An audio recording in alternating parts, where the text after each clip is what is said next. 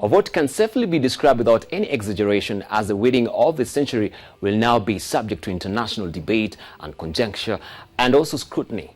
It is hard to sympathize already with the unnamed dress designer whose life is about to change forever.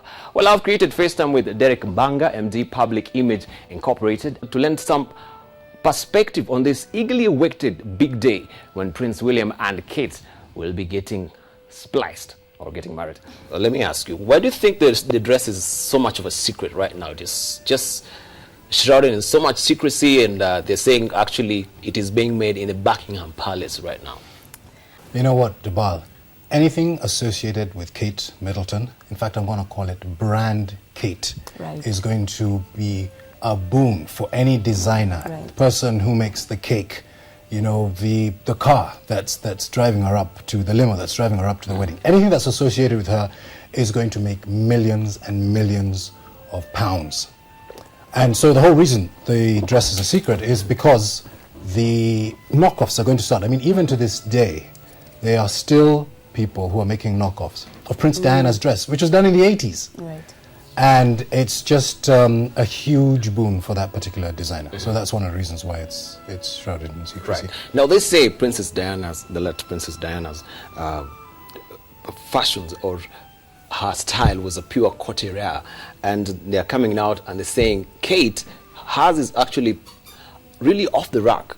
What is it? Pitch on this. They said 750 million people watched Diana's wedding. Over 2 billion are going to watch this wedding. So just it's going to be historical this time forth. It's going to be huge. It's going to be massive. And so anything associated, whether it's a dress or any of the other things that I've mentioned, anything associated with the wedding. And this is why I think Kenya should really be taking advantage of this, the fact that these two young people actually got engaged here in this country. We can stand to boost our tourism beyond measure. Right. Do we expect any dramas? Because actually during Queen Elizabeth's wedding, it is reported that the tiara actually was broken.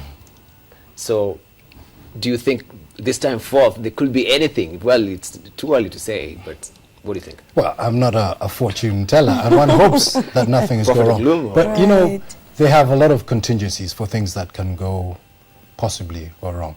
But my hope that is the day when we pulled off without a hitch. I think everybody wants to see, you know, these two young people celebrate their day, everybody enjoy it, and hopefully go without a hitch. Right. You've mentioned the guest list, and it brings to mind that some important people actually are missing in that guest list. You know, we have like President Barack Obama was missing in that list.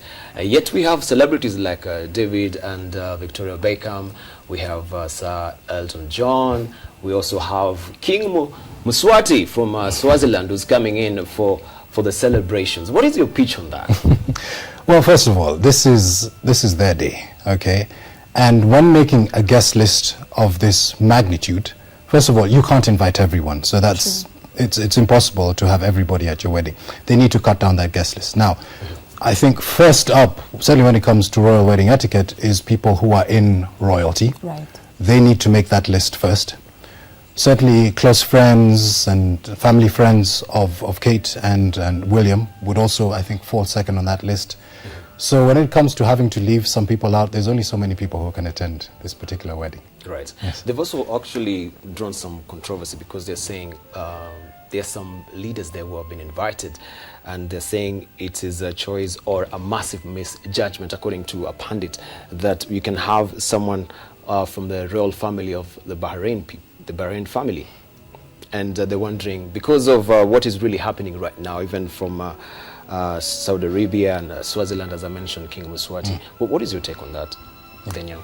I think that puts us into politics, which technically we don't want to get into. But we do want to talk about, as Derek said, that it's royalty, so the royals get invited first. In fact, the chances of you having to greet the Queen are very high. In fact, most probably anybody who is invited to that wedding is going to have to greet the Queen. So what is the etiquette when you're greeting the Queen? I think the most famous example of certain etiquette that was broached was sometime last year when Michelle Obama actually put her arm around the Queen. So that's one of the rules. You know, you don't touch the Queen. You certainly can bow or curtsy, although you don't have to curtsy all the way down, but certainly showing your respect to the royals. And so I think those are things that would be of interest, certainly for the people who are attending the wedding. Now, how do we what kind of conversation do you bring up? How do you address the Queen? Right. That sort of stuff. And then the fact that Kate's probably regular people, and after she gets married, she becomes royalty. Then how do people address her? Will they curtsy? Will they shake her hand, kiss her hand? Those are the kind of things people must begin to think about. Actually, I like what Nanya said about dress, because we all know weddings here in Kenya, and the dress code ranges from the sublime to the ridiculous. But there's a very strict dress code, which actually appears on the wedding invitation in terms of how you were supposed to dress for this occasion. And like Danya said, it's either you're wearing uniform, your national dress, or you're wearing a suit. They actually call it a morning. It's morning dress, and then there's something they call a lounge suit. Now, a lounge suit is actually just a regular And suit. so actually there's a military regalia also that Yes, she'll be wearing. that's the uniform. That's Yes, the uniform. the uniform, yeah. Right. Now you mentioned bowing and curtsy and greeting, Right. and I'm being reminded that one of the person that was invited for that particular wedding is Mr. Bean. What do you think in such an instance when you see Mr. Bean now with the royalty? How will you take it now? Taking him now to be very, very serious now compared to those episodes that you've seen of Mr. Bean. Well, first off, you've got to know that the royal family has been doing this for centuries. What you need to do if you're a guest at that particular wedding, and whether Ron Atkinson is going, I'm not quite sure, but if he is suddenly attending, you just need to brush up a little bit on what it is that you do.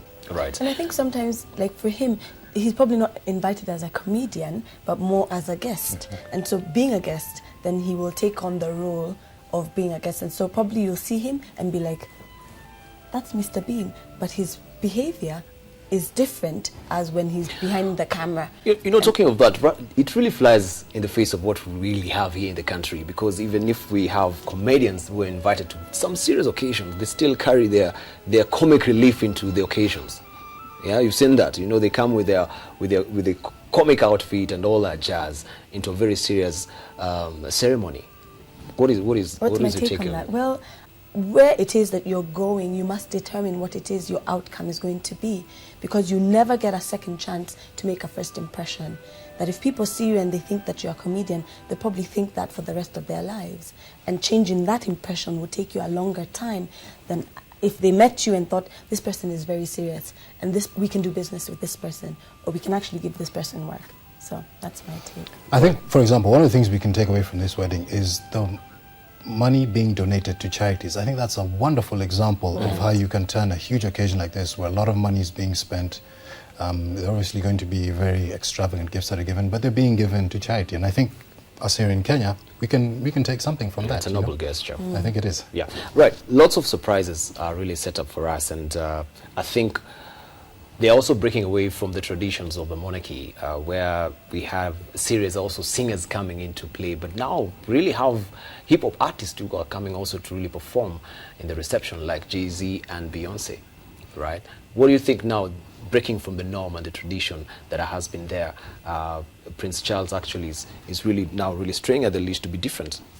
Well, I think they want to bring their own touch to their wedding. After all, this is their day. They're young people. They come from a certain generation.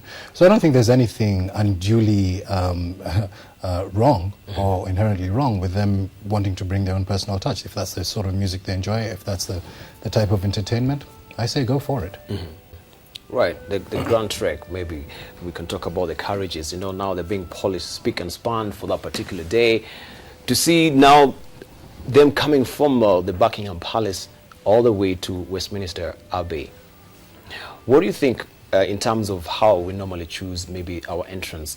We've seen people here in Kenya also really going out of their way to have the stallions and all that jazz. What do you think of this particular incidents when we're going to see this grand entrance of the couple coming into... Well, one thing that strikes me, certainly about these two people, Kate and William, is that there's an understated elegance about them. They're not over the top, even the way Kate dresses, has style. So I think this will also permeate, certainly, most of the proceedings with this wedding. Now, obviously, they have to balance that with what is expected as royalty. But my understanding is that she's going to drive up in a limo up to Westminster Abbey and then leave in a carriage. So certainly they'll be following some traditions, but I think that's her stamp, because Diana actually came up in a horse and carriage when she was coming up there. And as I said, again, I think with these two people, there's also the whole thing about the sort of period that we're living in. There's a little bit of austerity going around. Certainly there's, on the back end of the financial crisis. So I think that has also played a part in certainly how grand and ostentatious some of these traditions are going to be. Mm-hmm. Yeah. Maybe just delving into that, because I was wondering, what is the notion that people really are so gun-shy to go to the AG to do their wedding? Yeah, they really want, talking of elegance, if you don't have the money, why should you be shy to just go and do it the AG way? Well, I think it's the whole thing about being able to do a wedding according to your budget. I think the trend, certainly in Kenya these days, is to make the next wedding bigger than the one before. Mm-hmm. And for me, if two people love each other and they want to spend the rest of their lives together, certainly they can celebrate this with their friends and family. That's why the wedding is there. Mm-hmm. But if you don't have the budget or you don't have the time, whatever the circumstances are, if you decide that you are going to do that commitment in front of the Attorney General's in the Attorney General's office with just a few close friends and family, there's nothing wrong with that. I don't have a problem with that. I don't think that you need to go out and break the bank, like Andenya says, just to prove to everybody else that, you know what, we had the money to do this. That to me is foolhardy. Mm-hmm. Right. Now, the economy is really tanking right now, and we know what is really happening with the fuel crisis. Do you expect any upswing in the stock exchange? Do we expect any upswing in the stock exchange as a result of the wedding? That's an interesting question, Bbanga, and nothing one that I've really put my mind to. I'm just hoping that on the back of this wedding, brand Kenya is actually going to experience something good. Do you think a brand like, the parastatal like brand Kenya is really doing enough to market Kenya? Well, to my mind, I don't think they've done enough. Certainly, this engagement was announced months ago. I think from the day that engagement was announced, we should have seen something to do with our country being associated with the royal nuptials. That's certainly my feeling. Right from the Queen. Huh? Yeah, right from the beginning. Yes. I think it's a little late in the day now. I mean, certainly we can take advantage because the wedding is this week, but this is something that we should have been doing even months ago. Right. Maybe now, if you are in the state as maybe a person in the brand Kenya, how will you really have taken advantage of this to really sell Kenya? Well, I'm not a marketer or advisor, and certainly I'm not working for brand Kenya. But I mean, there's so many things that could have been done. I'm sure there's any advertising executive out there who can come up with a million ideas. And this, as Nanya said, in the world of the internet and TV, come up with a nice ad or something catchy on the internet. I think those are the things that we should have been taking advantage of. And certainly, with global communication now, we're so intertwined, and anything that you can put on the internet today can be seen by billions of people around the world. I certainly would have been looking for that. Bbanga, as we're winding up? Yeah, I think there's something to be said for a fairy tale romance. I mean, I think that's why this wedding has captured the hearts and the minds of people around the world, because there's something about Prince and this whole everything to do with royalty. And I think for the cynics out there, for example, who may not be married, the fact that you can meet somebody who's going to change your life for the better, and hopefully you will stay together for the rest of the time. I just hope that certainly what we can take from here in Kenya, we've talked about leveraging certainly on this wedding, the fact that this couple does have an affinity with Kenya, what we can do to market the country, what we can do to brand the country together, and take away the positives that they've done from their wedding. We're not talking about copy-pasting or aping certain things, but like donating money to charities, working within your budget. I think those are the important lessons that we can certainly take away over and above enjoying a wonderful day on Friday for us here in Kenya. All right. Daniel, as we're winding up now? I think every girl's dream is that Cinderella girl meets handsome prince and they ride off into the distance and live happily ever after.